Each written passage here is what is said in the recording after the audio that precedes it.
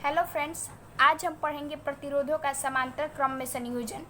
इसे हम पार्श्व क्रम में संयोजन भी कहते हैं। तो चलिए शुरू करते हैं। इसका हम इस प्रकार एक सुंदर सा चित्र बना लेंगे। इसमें क्या है कि 3 प्रतिरोध लगे हुए हैं, R1, R2 और R3। यहाँ पर इसको हमने 2 बिंदु हैं, इससे हमने जोड़ दिया है और इनको हमने एक V वोल्ट की बैटरी से जोड़ दिया है। यहाँ पर हमने एक कुंजी लगा दी है और यहाँ से धारा प्रवाहित हो रही है। ये चित्र किस प्रकार से बनेगा यह हम इसके एक छोटे से डिफिनेशन से जानेंगे। तो आइए देखते हैं। इसमें क्या है कि इस संयोजन में सभी प्रतिरोधों का एक सिरे आपस में जुड़े होते हैं तथा इसी तरह दूसरे सिरे भी आपस में जुड़े होते हैं। हमने कहा कि इस संयोजन में सभी प्रतिरोधों के एक सिरे आपस में जुड़े रहते हैं। आप इस चित्र में देखेंगे इस प्रतिरोध का एक सिरा यहाँ पर, दूसरा सिरा भी यहाँ पर और तीसरा सिरा भी यहाँ पे, अर्थात ये तीनों प्रतिरोधों का एक सिरा इस बिंदु से तथा दूसरा सिरा इस बिंदु से जुड़ा हुआ है। हम जानते हैं फ्रेंड्स कि इसमें क्या होगा, इस वाले प्रतिरोध में धारा I1 बहेगी, इसमें धारा I2 बहेगी और इस वाले में धारा I3 बहेगी। किस प्रकार वो अब समझेंगे। हमने फ्रेंड्स आपको पिछले वीडियो में बता चुके हैं कि धारा का मान कब बदलता है। जब हम धारा की दिशा को बदलते हैं तो धारा बढ़ जाती है। अर्थात जब हम यहाँ पे V वोल्ट में धारा प्रवाहित किए तो धारा यहाँ से गई यहाँ तक आई। जब धारा यहाँ पे आई तो इसको 3 रास्ते मिले। और धारा कब बदलता है, दिशा बदलने पर, मार्ग बदलने पर धारा बदलता है।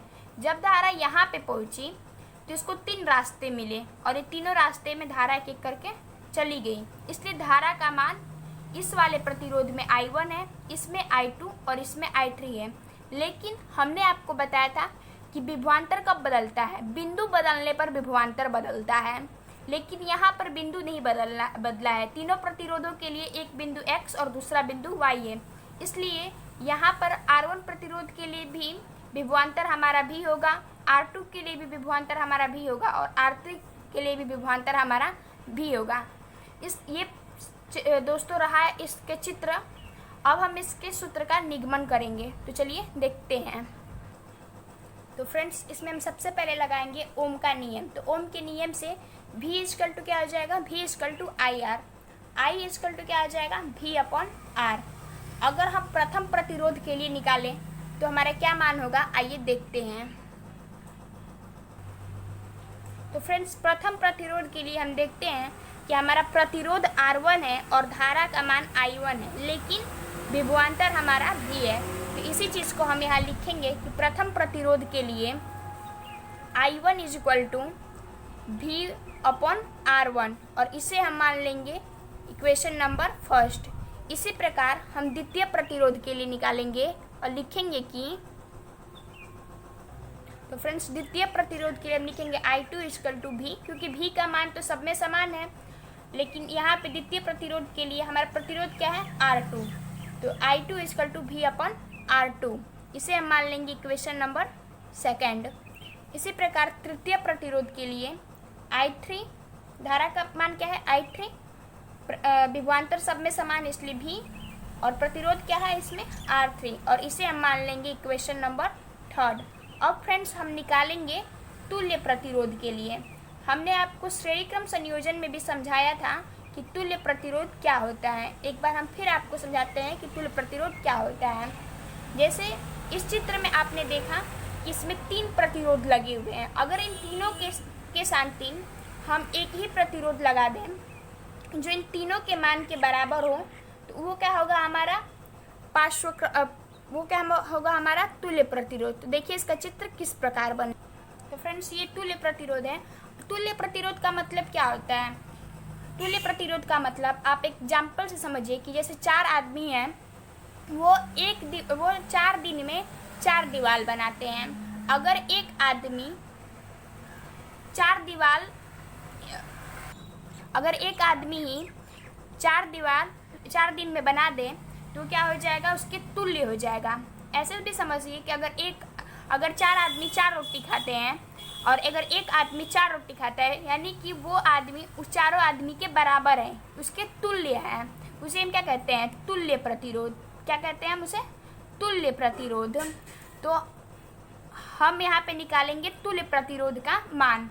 तो देखिए इसके लिए क्या हो जाएगा फ्रेंड्स, इसके लिए क्या हो जाएगा, इसमें धारा तो I रहेगा क्योंकि हम तीनों के शांति एक प्रतिरोध लगा दिए हैं और धारा I है।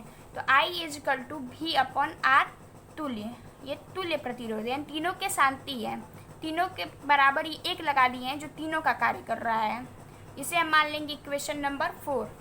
अब अगर हमें कुल धारा का मान निकालना रहेगा परिपथ से, तो हम क्या लिखेंगे, परिपथ से I = I1 + I2 + I3, ये तीनों का योग इसके बराबर है, या फिर हम कह सकते हैं कि ये इन तीनों के बराबर है।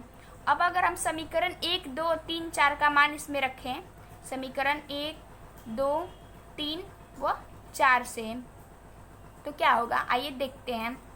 I का मान हमने क्या निकाला, I का मान हमने निकाला V/R तुल्य। I1 का क्या मान हमने निकाला, I1 का निकाला V/R1, I2 का क्या निकाला V/R2 और I3 का V/R3। आप देखेंगे कि इसमें भी कॉमन है, तो हम इसमें से भी कॉमन ले लेंगे। तो फ्रेंड्स आप देख रहे हैं कि हमने इसमें से भी कॉमन ले लिया है। अब ये भी इस भी से कैंसिल हो जाएगा, तो हमारा फाइनल रिजल्ट क्या निकलेगा, हमारा फाइनल रिजल्ट निकलेगा 1/R तुल्य बराबर 1/R1 + 1/R2 + 1/R3। और यही फ्रेंड्स हमारा प्रतिरोधों के पार्श्वक्रम संयोजन के लिए सूत्र हो जाएगा। इसी प्रकार यदि हमारे पास n प्रतिरोध होंगे तो वो ये आगे बढ़ता जाएगा, अर्थात 1/R तुल्य 1/R1 + 1/R2 + 1/R3 प्लस ... ऐसे करते ही 1/Rn तक जाएगा। और फ्रेंड्स यही हमारा सूत्र है प्रतिरोधों के पार्श्वक्रम, या फिर आप बोल सकते हैं प्रतिरोधों के समांतर क्रम संयोजन के लिए। फ्रेंड्स आपको ये वीडियो कैसी लगी हमें कमेंट सेक्शन में ज़रूर बताएं। इस वीडियो को लाइक करें, चैनल को सब्सक्राइब करें। Thanks for watching this video.